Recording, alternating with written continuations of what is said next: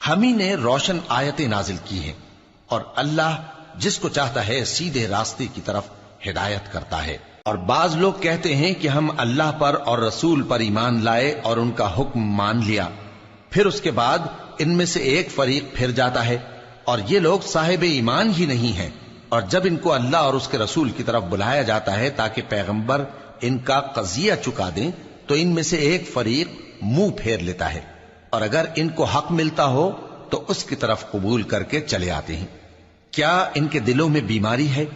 یا یہ شک میں ہیں، یا ان کو یہ خوف ہے کہ اللہ اور اس کا رسول ان پر ظلم کریں گے؟ نہیں، بلکہ یہ خود ہی ظالم ہے۔ مومنوں کی تو یہ بات ہے کہ جب اللہ اور اس کے رسول کی طرف بلائے جائیں تاکہ وہ ان میں فیصلہ کریں تو کہیں کہ ہم نے حکم سن لیا اور مان لیا، اور یہی لوگ فلاح پانے والے ہیں۔ اور جو شخص اللہ اور اس کے رسول کی فرما برداری کرے گا اور اس سے ڈرے گا اور اس کا تقوی اختیار کرے گا تو ایسے ہی لوگ مراد کو پہنچنے والے ہیں۔